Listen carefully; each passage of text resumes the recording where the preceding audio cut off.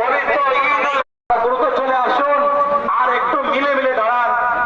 নামাজ হওয়ার পরে আগে পিছিয়ে বসে যাবেন, অসুবিধে নেই, কিন্তু একটু মিলে মিলে দাঁড়ান।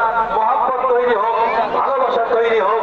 যেমন রমজানে আমরা সব একসাথে করেছিলাম, এবার রমজানের পরে জীবনটা যেন একভাবে কাটাতে পারি, তার প্র্যাকটিক্যাল ভাবে নামাজে মিলে মিলে দাঁড়াই, গায়ে গায়ে মিলিয়ে আল্লাহু আকবার বলে কার পরে হাত উঠে হাত ছেড়ে দেবো।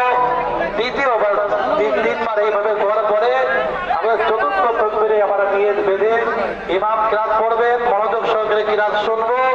কিরাত শোনার পরে রুকু সিজদা হবে। দ্বিতীয় রাকাতে প্রথমে কিরাত হবে, কিরাত হওয়ার পরে রুকুতে যাওয়ার পরে অতিরিক্ত 3 তাকবীর হবে ওই প্রথমের নিয়মে।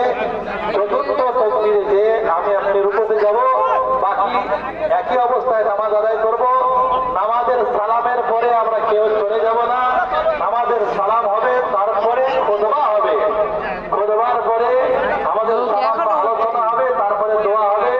আমরা এত বড় সমাবেশের সবার দোয়া নিয়ে তারপরে বাড়িতে ফিরবো, কেউ তাড়াহুড়ো করবো না। আল্লাহ পাক পরিবেশটা নরম করে দিয়েছেন আর সুন্দর একটা পরিবেশ তৈরি করে দিয়েছেন। আল্লাহ পাকের লাখ লাখ শুকরিয়া। ঠিক আছে।